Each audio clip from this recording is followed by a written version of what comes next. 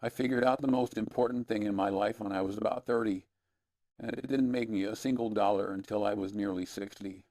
You want to know what it is? You want to know the fundamental difference between a life of quiet achievement and a life of loud, desperate failure? It's not intelligence. God knows I've seen geniuses destroy themselves. It's not luck. Luck is a fickle master. The difference is this. I stopped believing the comfortable lies the world tells you, and I started embracing the hard truths that nobody wants to hear. Everyone is searching for a secret, a life hack, the one weird trick to happiness or wealth. They buy the books, they go to the seminars, they listen to the gurus. It's a fool's errand. It's a complete waste of time. There are no secrets. There is only a short list of brutally honest truths about how the world actually works. If you accept them, you can navigate reality. If you fight them, reality will break you. It's that simple. I've watched smart, ambitious people, good people, spend decades running in the wrong direction, all because they couldn't stomach these truths. They waste their youth, they waste their talent, they waste their one and only life. It's a tragedy. Today, I'm going to give you the list. The 5 hard truths that form the bedrock of a successful life. And let me be clear, if you find yourself actively fighting against 3 or more of these, you're not just behind in the race. You're running the wrong way entirely. So listen up. The first hard truth, the one that makes most people tune out immediately. You are waiting for the world to be fair. Wrong. Completely and utterly wrong. This mindset is poison. It is the single greatest obstacle to your progress. You think because you work hard, you deserve the promotion. You think because you are a good person, good things should happen to you. You think because your idea is brilliant, it should succeed. That's not how the world works. It's how a kindergarten works. I don't sit around whining about fairness. It's a useless concept outside of a courtroom. Instead, I assume the world is a complex, dynamic system full of asymmetries, luck, and irrational actors. My job isn't to cry about it. My job is to understand the rules of the game as it is actually played, not as I wish it were played. Look at history. Nikola Tesla was arguably a greater genius than Thomas Edison. His ideas were more revolutionary, but Edison understood the brutal game of patents, marketing, and public perception. Edison died a wealthy icon. Tesla died broke and alone. Was it fair? Who cares? It was reality. The French aristocracy in 1789 believed it was their divine right to rule. They believed the world owed them their position. They found out the hard way that reality doesn't care about your sense of entitlement when the guillotine is being sharpened. They whined about fairness all the way to the scaffold, and I see you doing it every day, in small ways. You spend an hour complaining to your spouse about how your boss is an idiot who doesn't recognize your talent. That's an hour you could have spent studying office politics, building alliances, or developing a skill so valuable that even an idiot boss can't ignore it. You're trying to argue with the referee instead of learning how to win the game. So here's a simple rule, the fairness test. Before you complain about something being unfair, ask yourself one question. Does my complaining about this have any chance of changing the outcome? If the answer is no, then shut up and get to work on what you can control. Your homework is this. Find one thing in your life right now that you believe is deeply unfair. I want you to write down 3 actions you can take this week to improve your position, assuming the unfairness will never go away. Stop being a victim. Start being a strategist. The second hard truth. You are not special, and you are following your passion. This one makes me physically ill. The idea that you should follow your passion is perhaps the most destructive piece of advice given in the last 50 years. It's a lie sold to you by people who want you to feel good, not to be effective. You see, your passions are, for the most part, not that unique. Millions of people are passionate about playing guitar, writing novels, or tasting wine. The world doesn't have a shortage of passion. It has a desperate shortage of competence. My approach has always been the opposite. I don't follow my passions. I follow my aptitudes. I figure out what I'm reasonably good at and what the world is willing to pay for.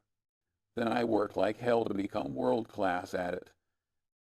And the funny thing is, when you become exceptionally good at something, when you achieve mastery, the passion follows. The pride and satisfaction you get from being competent is a far more powerful and sustainable fuel than some fleeting, childish passion. The case studies of failure here are legion. Think of the dot-com bubble. An entire generation was passionate about changing the world with the internet. Companies like Pets.com or Webvan burned through billions of dollars of investor money. They had passion in spades. What they didn't have was a viable business model. They were in love with their idea, but they hadn't done the hard, boring work of figuring out logistics, customer acquisition costs, and profit margins. Their passion led them straight to bankruptcy. Reality always wins. Yet I see you doing this. You'll spend thousands of dollars on a life coach to help you discover your true calling. But you won't take a boring $50 online course in bookkeeping that could make you indispensable to any small business. You're chasing the romantic notion of a career, not the practical reality of creating value. It's a fantasy. So here's the test. The utility test. Before you invest your life in a passion, ask, is someone willing to write me a check for this right now? Not in the future. Now. Does this skill solve a painful, expensive problem for other people? If not, it's a hobby. And there's nothing wrong with hobbies, but don't confuse them with a career. Your homework. Identify something you are naturally better at than most people. It doesn't have to be your passion.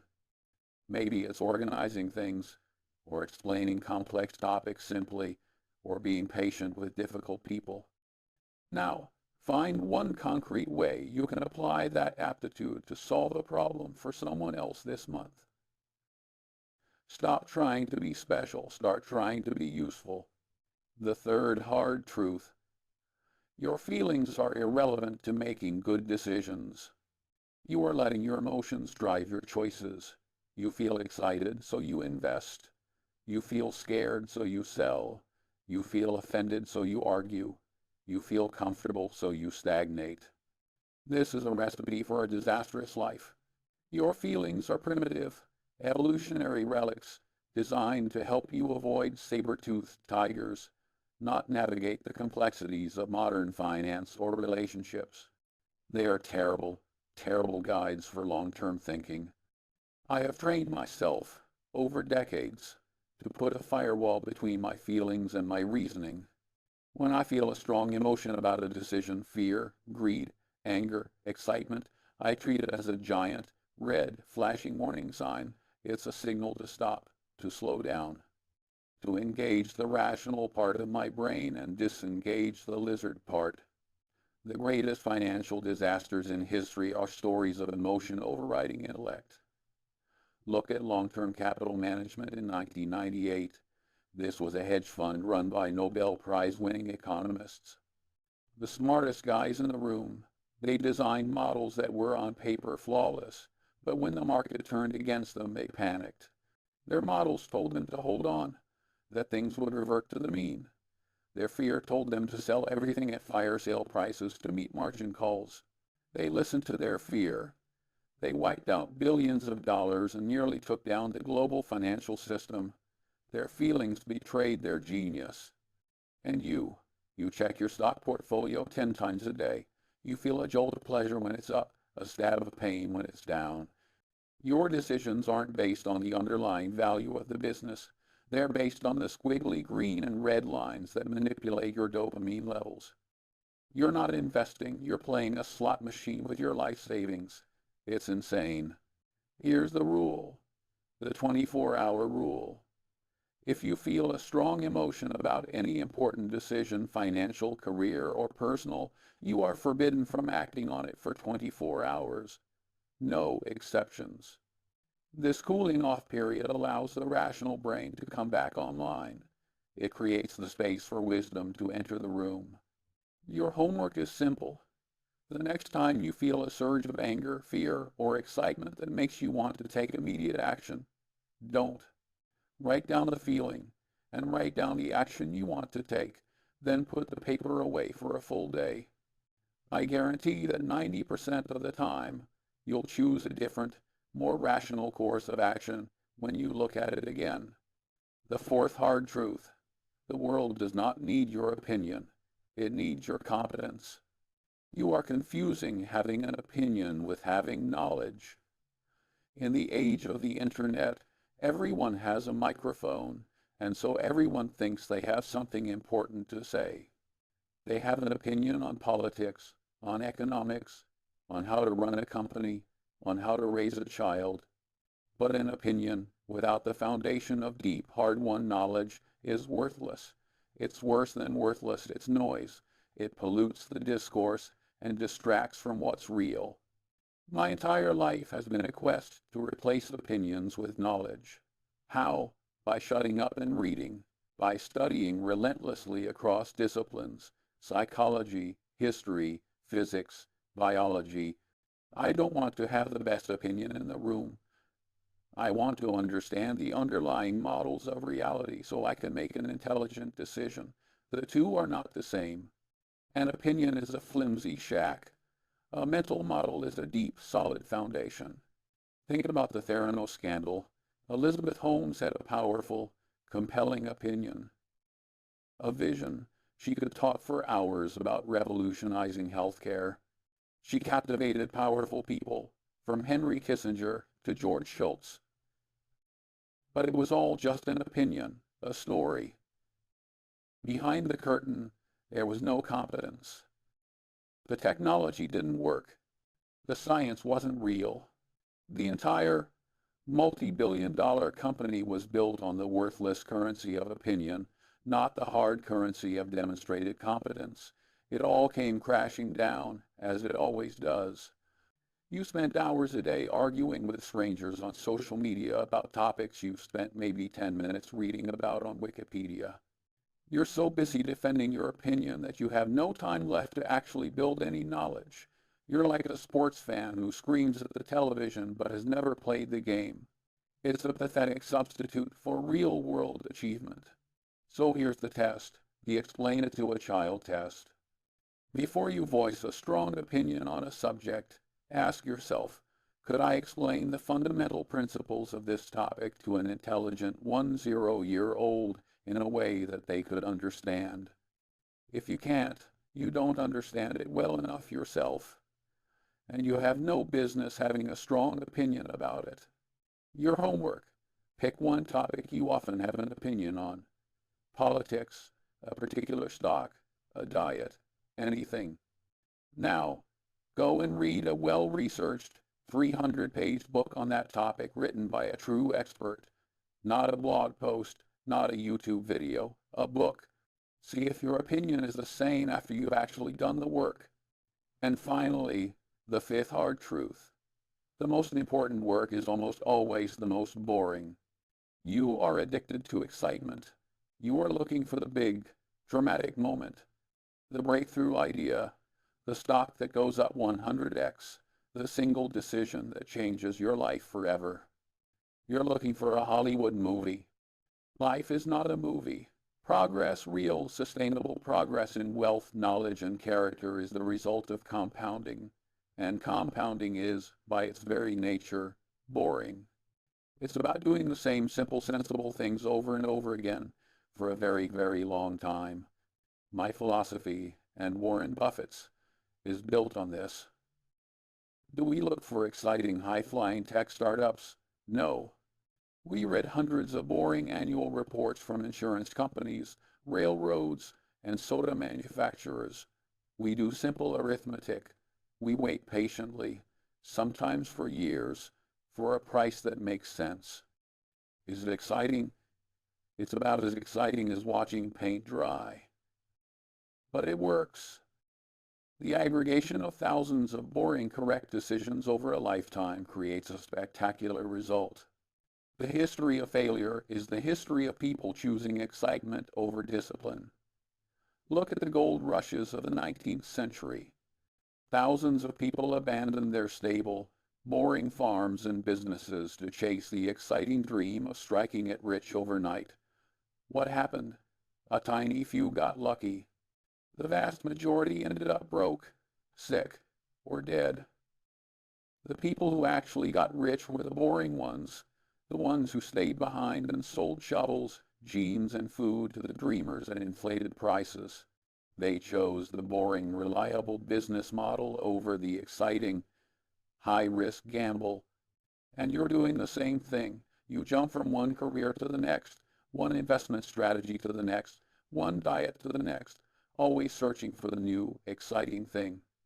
You don't give any single strategy the time it needs to compound. You mistake motion for progress. You're a sprinter in a marathon, and you're going to burn out long before the finish line. Here's the rule, the 5-year test. Look at what you're doing in your career, with your investments, and with your health. Can you see yourself doing this same boring, basic process 5 years from now? If the answer is no, if you need constant novelty and excitement to stay engaged, then your strategy is doomed. It's not sustainable. Your homework is to identify the most boring but highest leverage activity in your professional life. Maybe it's making one extra sales call a day. Maybe it's spending 30 minutes reading industry journals. Maybe it's tidying your workspace at the end of each day. It's not glamorous, but it's effective. I want you to commit to doing that one boring thing every single day for the next 30 days. No excuses. Fall in love with the process, not the lottery ticket. So there you have it. Stop demanding fairness. Stop believing you're special. Master your emotions. Offer competence, not opinions, and learn to love the boring, essential work. This path is not easy. It's not sexy. It won't get you 1 million followers on Instagram. But I can promise you this, in 20 or 30 years, when all the people who chase shortcuts and comfortable lies are wondering what went wrong, you will be standing on a mountain of achievement that was built one boring, sensible brick at a time.